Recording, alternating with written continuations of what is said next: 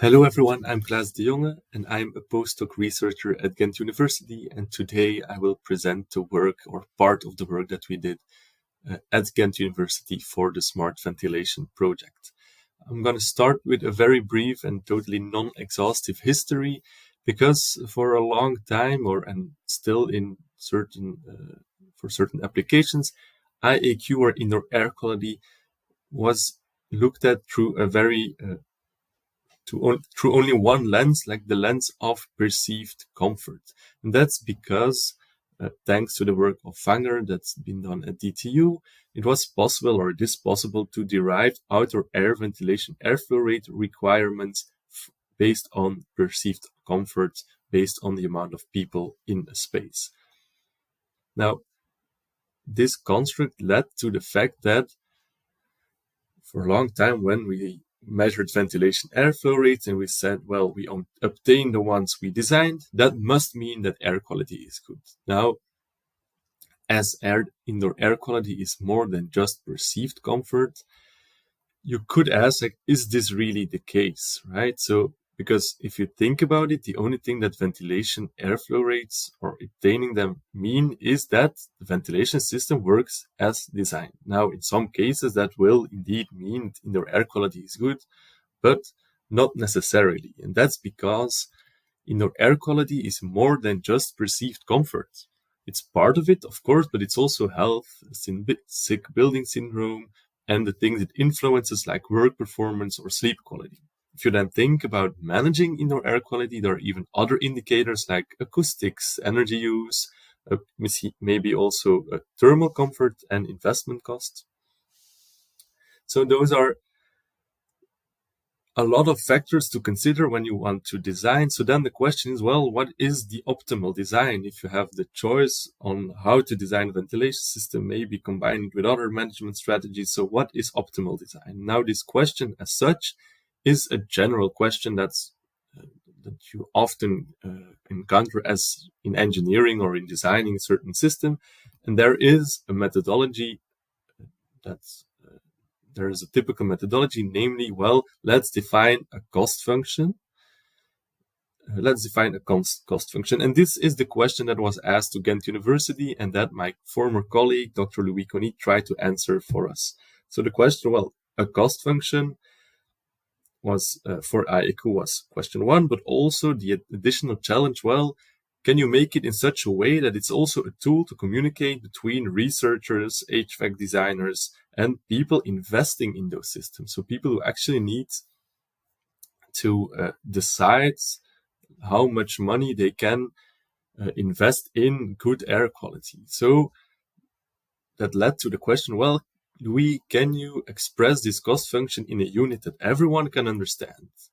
Can you express it in terms of money? Can you monetize IAQ in a way? So can you take the different sub-indices of indoor air quality, put a price or on it, so the disadvantages or advantages of it, so then in the end you can just combine everything and get one overall cost. Because with such a methodology, when we have, for instance, 4 scenarios, you can just analyze them separately, put on the price or give them a score, and then quite easily, well, say in this case, system C is probably most cost effective. To tackle this research question, he said, well, let's just start with a subset of the building types we're investigating. Let's look at an office building. For 2 reasons. Firstly, not all sub-indices really apply to this environment, let's say, like sleep quality, but also it made possible to select sub-indices where most research needed to be done. And also, specifically for office buildings, then there is health, there is comfort, but also how does all of that influence the work performance? Because that's, in the end, very important for the investors or the CEOs, the building owners, to try and quantify that. Yeah, then ended up with this function. So let's walk you through it. So it's an IAQ cost function where with two main parts. So a dark part, the DALYs, and then an SBS cost. The DALYs is everything that has to do with health or severe health effects, while DALYs are more minor or less acute but minor health effects. I'm going to walk you through it. So first, health. It starts with DALYs. And a DALY, that's a disability-adjusted life year lost. And this is a metric of harm. Now, this is a metric that exists in and is used very often in medical sciences and policy making. And it's actually a metric of population scale. So it's the amount of harm in a population, but it's actually best explained if you zoom into an individual. Because if one individual is born and lives a full life, so until their expected life expectancy, without any illness, without any death, they will contribute no DALYs to the population. But unfortunately, that's not the case. So people die earlier, which contributes DALYs, but also during their lifetime, you're ill or maybe even disabled for a long period of time. So you can't do everything. You're not able to have a full life. You are physically, it's just not possible, physically not possible. So then those years are counted as partly life years lost.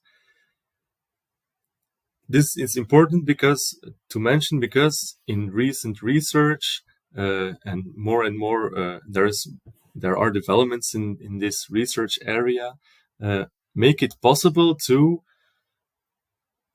look at pollutant exposure concentrations, estimate a certain incidence of health outcome, and based on that, calculate the DALY. So for instance, we know that PM exposure induces more cases of chronic bronchitis in the population, but we also know that chronic bronchitis, on average, people with that illness, on average, don't live as long, but they're also, while they're alive, not able to do active sports, for instance. So we know the correlation between exposure and health outcome and DALYs. So we also know that if there's more exposure to PM, we expect more DALYs in the population. Now, the unit of DALYs is not euros. So for each DALY that's been calculated in this way, we need to put a cost on that or put a price on that. And in literature, you actually find 5 categories, but only 3 of them apply to our research case, which is more on a building scale or AIVC scale and really trying to optimize a certain system. The 3 costs that were included are a mortality and life cost, which is estimated to be 115,000 euros per year per person. Then there's the medical costs. And here it's not a price just for a DALY, but it changes depending on the pollutant, because we know that, you can get sick of PM exposure, but treating those illnesses costs you around 10,402 euros per DALY. Whereas benzene, it induces other kinds of health outcomes, which are more expensive to treat, namely 46,000 euros per DALY per year. So that way you can differentiate between pollutants and their medical costs. Then lastly, and this is of course very specific for the office environment, the productivity cost. So in France, this is on average 145,000 euros per year per person, but you can imagine in a tech company maybe that one employee generates 200,000 euros per year as a revenue. So in those cases, you could apply it to the specific use case of the office environment. So that's the DALYs, and then we have the cost. So then we move on to the SBS cost. And so SBS, that means sick building syndrome. And these are, while DALYs are all the severe health effects, these are the others. It's like you're at work, but because of the bad air quality, you're maybe not fully focused. You can't be 100% productive. So you lose productivity while you're at work. And to quantify this, 2 concepts were combined.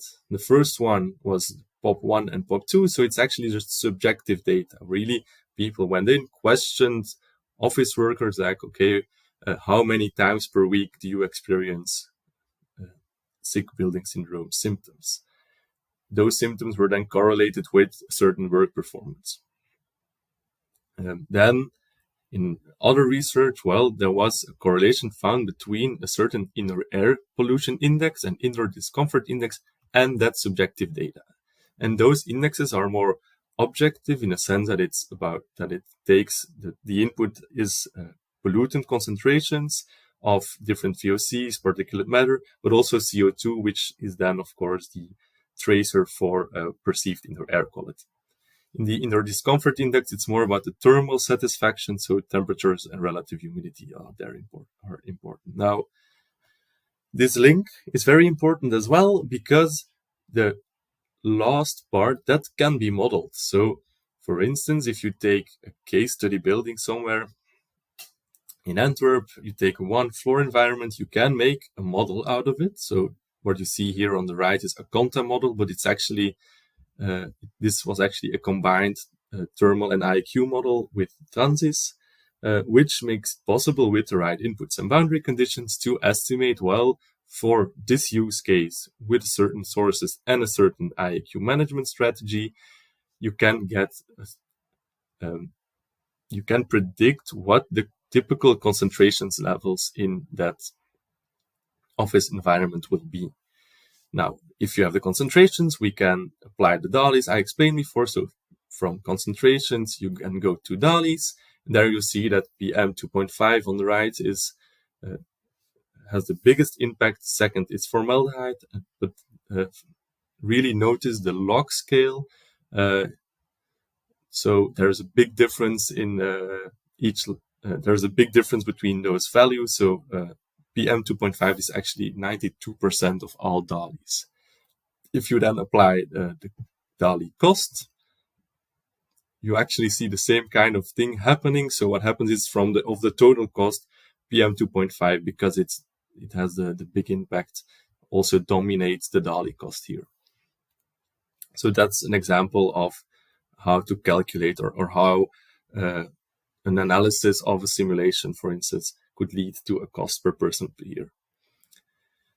For that case study, also varied certain strategies, for instance, and this is just to show you how this metric could be used.